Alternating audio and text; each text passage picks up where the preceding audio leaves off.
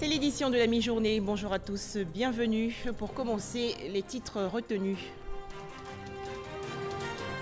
L'ambassadeur de la Suisse quitte définitivement la Côte d'Ivoire. Thomas Litscher a fait hier ses adieux au chef de l'État, Alassane Ouattara. Le diplomate suisse se dit satisfait de la coopération entre Abidjan et Berne.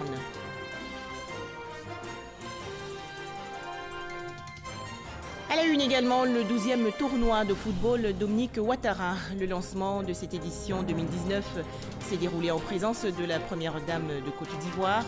Cette compétition dédiée à la jeunesse va se dérouler dans 60 localités.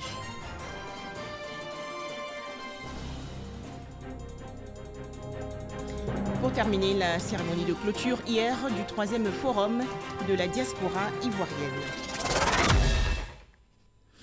Un conseil des ministres se tient aujourd'hui au palais présidentiel. C'est dans la commune du Plateau. Cette réunion gouvernementale est bien entendu présidée par le chef de l'État Alassane Ouattara. Plus de détails dans nos prochaines éditions. Fin de mission pour l'ambassadeur de la Suisse en Côte d'Ivoire. Thomas Litscher a fait ses adieux hier au président de la République Alassane Ouattara.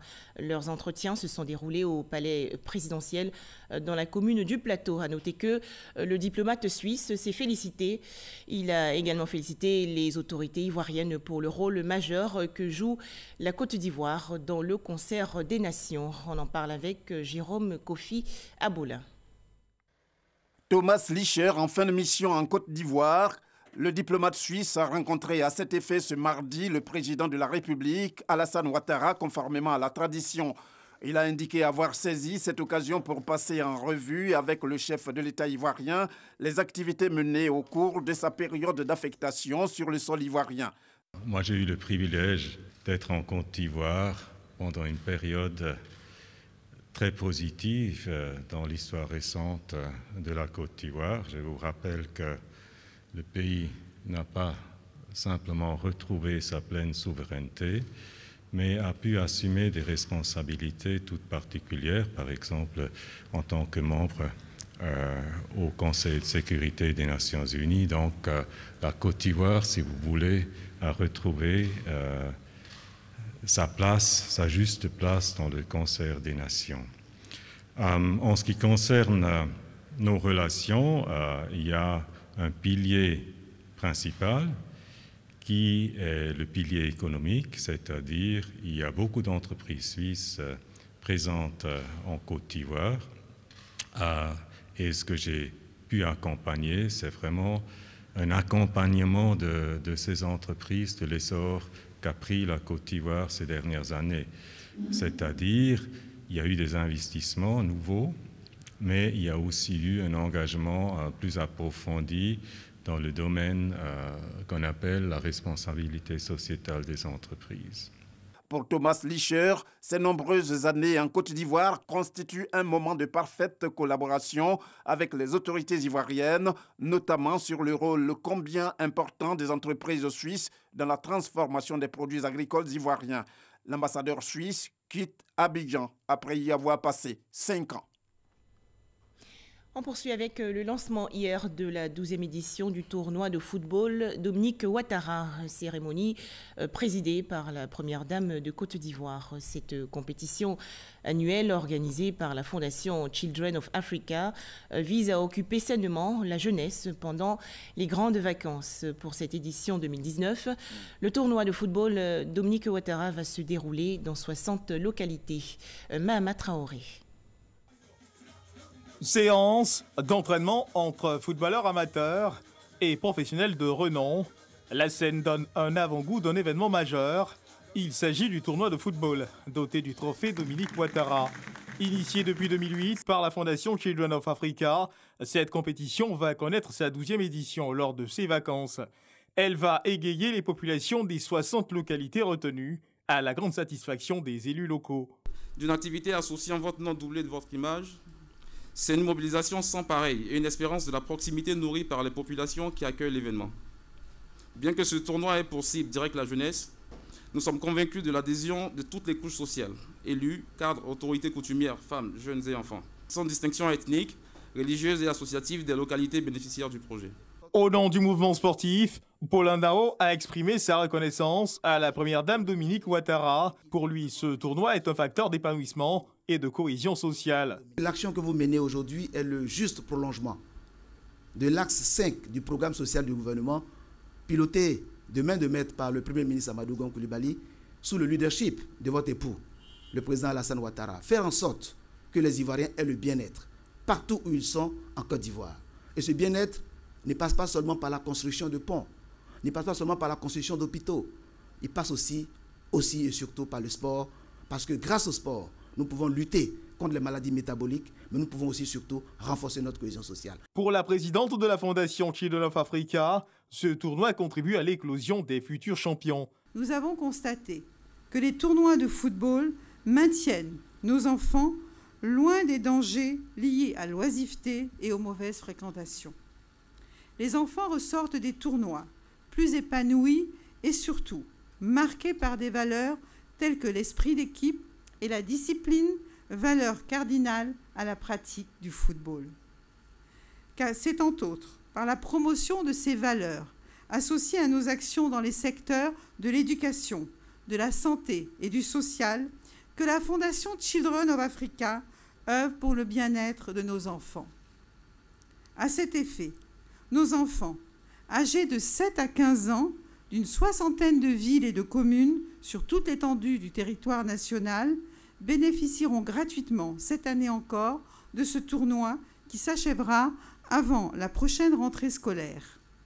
Et j'aimerais profiter de cette occasion pour féliciter toutes nos jeunes filles qui feront partie de ce tournoi et qui montrent que le football féminin a de l'avenir en Côte d'Ivoire. Le coût global de ce 12e tournoi de football, doté du trophée Dominique Ouattara, s'élève à 55 millions de francs CFA.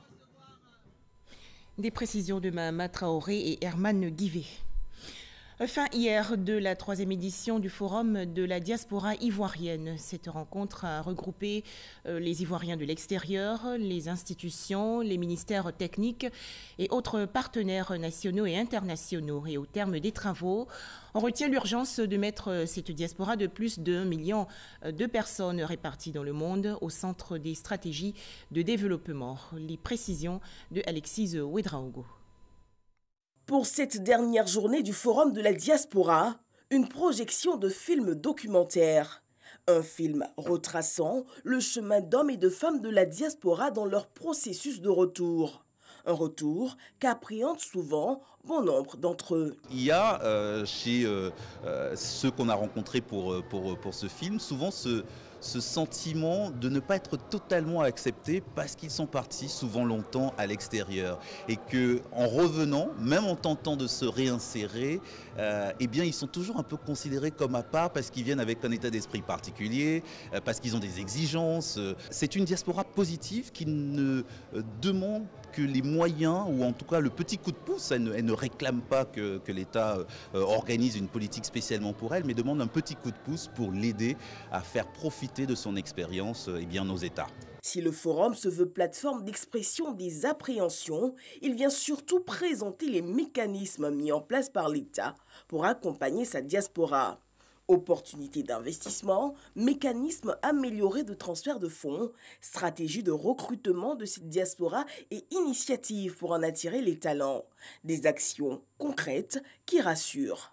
Mais ce que les compatriotes nous demandent, c'est quand ils viennent au pays, comment est-ce qu'ils doivent s'y prendre, s'ils veulent créer des entreprises, s'ils veulent avoir du travail et autres, le logement et autres. Donc aujourd'hui, avec ces 2 jours, vraiment, on a eu des réponses à ces questions et vraiment, on pense que le meilleur est à venir. On est en train de planifier un salon de l'habitat et de l'immobilier en Grande-Bretagne. Et notre objectif serait que les promoteurs immobiliers, les banques viennent nous supporter.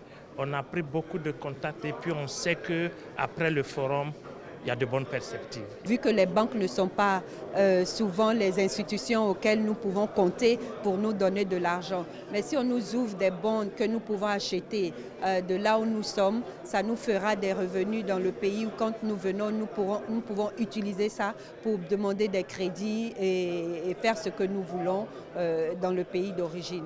pour le ministre de l'intégration africaine et des Ivoiriens de l'extérieur si pendant longtemps la mémoire collective a abordé la migration comme difficulté insurmontable. Les travaux de l'édition 2019 ouvrent l'esprit à une compréhension plus avisée.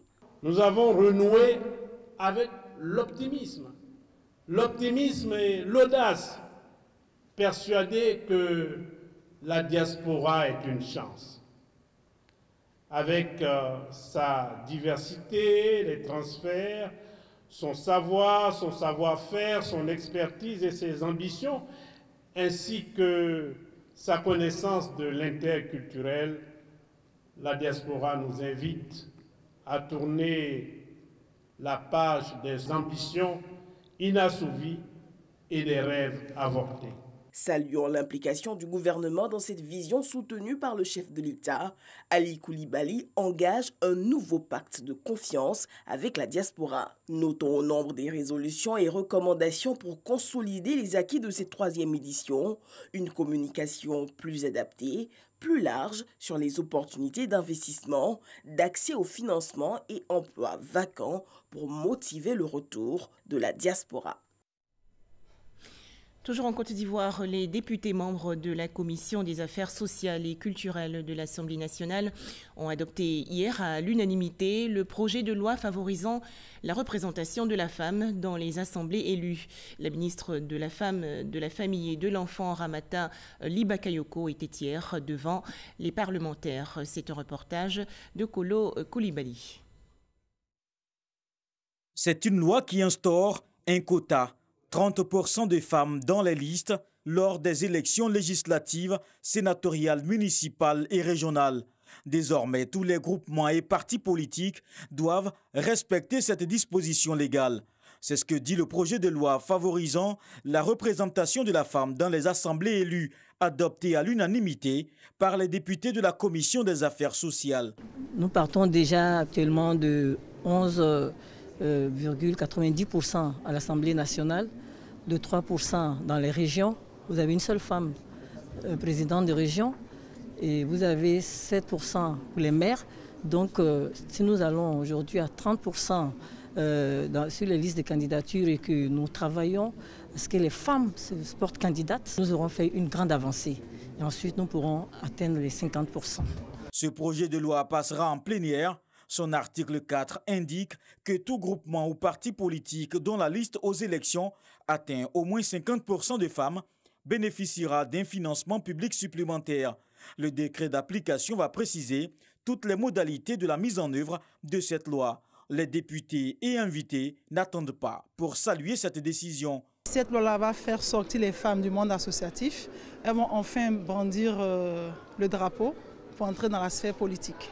Les femmes sont heureuses, nous applaudissons, nous sommes contentes, nous partirons partout pour expliquer cela à nos sœurs qui attendent cette loi-là.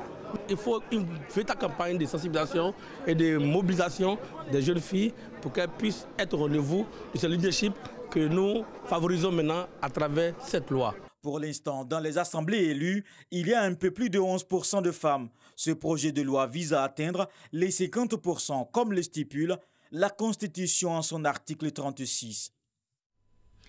Les veuves ont été célébrées récemment dans le monde entier. Cette journée internationale instaurée par les Nations Unies vise à sensibiliser le grand public et obtenir une meilleure défense des droits de la veuve. En Côte d'Ivoire, plusieurs activités, notamment une formation sur l'entrepreneuriat féminin. Serge Collet. Depuis 8 ans, le MINOJ, ministère international de la nouvelle génération, met un point d'honneur à célébrer et valoriser les veuves en Côte d'Ivoire. Le 23 juin, journée internationale de la veuve, a été précédée de 3 jours de formation à l'entrepreneuriat féminin. Un expert consultant venu de France a instruit les femmes. On a vu qu'il y avait des possibilités à mettre en place pour créer des revenus supplémentaires pour les veuves. On s'est surtout axé ici sur Abidjan, sur l'agriculture urbaine, où on travaille, on a mis en place un potager, on va dire, pédagogique, et on a mis ça en test à l'ONG au siège à MINOJ. Soutenir les veuves, améliorer leur situation, favoriser une meilleure prise en charge de ces personnes en difficulté, c'est l'objectif de Béni Marthe Dion. La présidente du Minoge se bat pour que les veuves ne soient pas délaissées pour compte, selon elle. Oui, c'est bien de donner à la veuve, mais il faut permettre à la veuve de se prendre en charge. Aujourd'hui, la veuve a besoin d'être autonome, qu'elle ne soit pas mendiante, chaque fois qu'on ne lui donne pas, mais que la veuve puisse aussi être un instrument pour faire avancer cette nation. Don de vivre, distinction des principaux donateurs et soutien des veuves, témoignages ainsi que des activités festives ont marqué cette célébration de la Journée internationale de la veuve. Le dossier qui va suivre explique les enjeux du commerce équitable. Il s'agit pour un pays d'utiliser le commerce comme un levier de développement et de réduction des inégalités en veillant à la juste rémunération des producteurs. Alors, qu'en est-il en Côte d'Ivoire? Quels sont les produits issus du commerce équitable? Les réponses avec Nadia Edja et Marine Cognan. À Bingorou, 205 km à l'est de la ville d'Abidjan. La région est 3e productrice de cacao avec une production annuelle estimée à environ 20 000 tonnes. Parmi les coopératives qui contribuent au rendement de la région, plusieurs sont tournées vers le commerce équitable. Le principe, un engagement entre les distributeurs des pays du Nord et les producteurs du Sud pour garantir à ces derniers un revenu vital. Depuis 2012, la coopérative Capressa est engagée dans ce commerce. Il est environ 10 heures quand elle démarre son assemblée générale ordinaire ce jour. L'un des points de la réunion, les réalisations effectuées grâce aux ventes sous contrat équitable. Nous avons construit une école qu'on appelle l'école famille agricole, une école pour récupérer les jeunes déscolarisés, pour les former au métier de l'agriculture et à d'autres métiers, à ce qu'ils puissent se prendre en charge. Nous avons réalisé des fourrages, des pompes à motricité humaine dans des sections. Nous avons réhabilité des écoles primaires et nous continuons d'œuvrer aussi dans tant bien d'autres domaines pour que nos producteurs sortent de la pénibilité, de la précarité. Mais le label équitable, c'est aussi le respect des normes de production. Avec la certification, on nous donne des conseils de ne pas utiliser les produits qui viennent d'ailleurs. Parce qu'avant, on prenait n'importe quoi pour traiter. Quand on te dit que ce produit est bienvenu, tu sautes là-dessus. Mais depuis la certification est venue, ils nous ont fait savoir que tout ça là, c'est pas bon. Et puis, on ne doit pas faire travailler les enfants dans la plantation. Les produits équitables sont reconnus à travers la labellisation.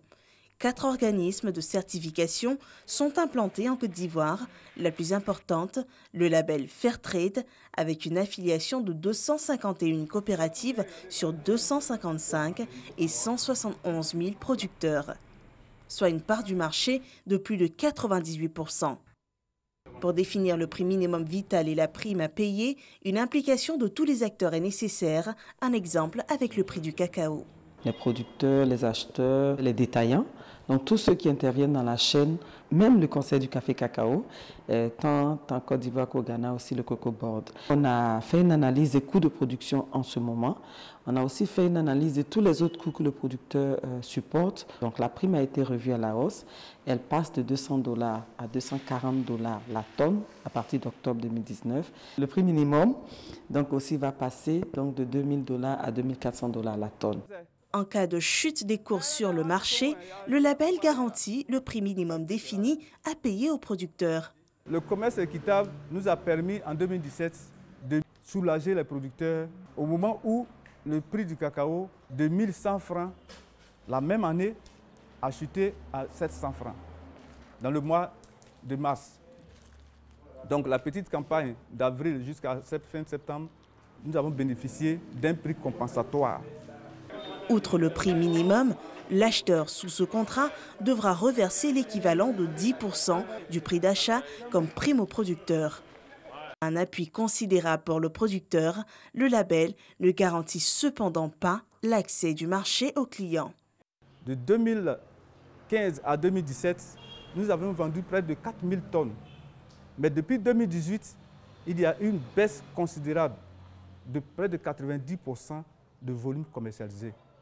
Parce qu'on n'a pas eu de contrat pour commercialiser. Vous avez d'autres labels aussi sur le marché qui n'ont pas les mêmes exigences. Donc c'est selon le label qui arrange le client que le client fait sa commande. Un difficile accès au marché pour cette coopérative de cacao causé par l'affluence et la compétitivité des nouveaux arrivants. D'une coopérative certifiée en 2004 à l'avènement de ce concept en Côte d'Ivoire, on compte aujourd'hui 255 coopératives, dont 235 sont certifiées dans le cacao. Avec le cacao, la noix de cajou, le miel, la banane et l'artisanat sont les produits concernés. Pour Oli Oné, seule coopérative de miel certifiée, le marché est une toute autre réalité. Lorsque nous avons le logo du commerce équitable sur nos pots, déjà c'est privilégié par les expatriés. Du Larme comme au Kenya, en France, en Inde, on a des commandes qui viennent de là-bas. De manière locale, le commerce équitable n'est pas trop connu. Le volume de production du commerce équitable ivoirien est estimé à plus de 150 000 tonnes.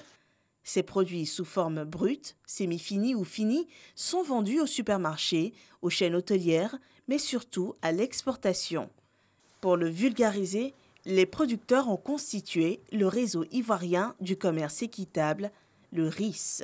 En Côte d'Ivoire, il n'y a quasiment pas de consommation de produits certifiés ici. Donc c'est l'un des combats que nous voulons mener, c'est-à-dire sensibiliser la population sur le commerce équitable pour qu'ils puissent consommer aussi les produits commerce équitable et pouvoir avoir un commerce équitable sud-sud au lieu que ce soit toujours nord-sud. Avec les projets de développement réalisés grâce au commerce équitable, l'initiative des journées du commerce équitable ainsi que la hausse du prix minimum du cacao certifié à 1 200 000 francs CFA la tonne, le commerce équitable devrait intéresser plus d'un et voir de meilleurs jours en Côte d'Ivoire. Les travaux de réhabilitation de l'axe Bouaké-Ferkessé-Dougou vont bon train. Plus de 200 km de route à remettre à neuf. Cette rénovation avait été lancée en 2017 et aujourd'hui, les populations saluent ces travaux. Ils sont au micro de Soro Corona de RTI Bouaké. Machine de construction de route. Ici, la recycleuse mélange l'ancien bitume au gravier travaillé au ciment pour le terrassement. Plus loin, le finisseur pose la première couche de bitume de 15 cm d'épaisseur pour faciliter la circulation avant la fin des travaux avec une dernière couche de 5 cm de bitume. Nous sommes sur le tronçon Bouaké-Ferké. Les travaux de réhabilitation et d'élargissement de cette nationale A3 avancent très bien. L'épaisseur, c'est selon ce que les topos nous donnent. Parce que le terrain, ça varie. Il y a des côtés, ça arrive à 12, 15 cm. Il y a des zones où c'est trop creux, on a besoin d'un gros rechargement qui va à 20-25. Long de 220 km, cette route relie la Côte d'Ivoire au pays de l'Interland, d'où le soulagement des transporteurs burkinabés et maliens. Autrefois, on peut perdre 24 heures ou bien 48 heures comme ça. Actuellement, à 18 heures ou bien 19 heures comme ça, on rentre. La qualité du travail des entreprises rassure déjà les usagers. On avait des problèmes avec nos camions, mais maintenant, les camions ont moins d'entretien. Et quitte ici jusqu'à Abidjan, le chauffeur ne t'appelle pas. Je viens de quitter Akorogo, ça ne vaut même pas 30 minutes comme ça. Ici à Kanawolo déjà, parce que la route est bien. Et avant, c'était au moins 1 heure ou 2 heures de temps. Nous, on félicite le président de la République pour le travail qu'il fait. Alors, ce matin, par exemple, moi j'ai quitté Bouaké aux environs de 8 heures. Et voilà que je suis dans les parages. Et je vais vite pour retourner. Les usagers et transporteurs ne sont pas les seuls heureux. Avant, les cars nous trouvaient ici aux environs de 10 heures, 11 heures. Mais maintenant, à 9 h, 8h30, ils sont là. Bon, aujourd'hui, avec la route, tu peux avoir par jour 15 000. Avant, souvent, tu peux passer toute la journée, tu as 3 000. Les villes de Kachula, Frona, Niakara, traversées par le projet, bénéficieront aussi de voiries importantes. Au plan sécuritaire, par exemple, je crois que les populations sont sauvées. On ne parle plus de braquage. Au plan économique, je crois que la population est en train de se retrouver. Et au plan société, la cohésion et la fraternité, cela est aussi rétabli. Circulation alternée pour un bon déroulement des travaux.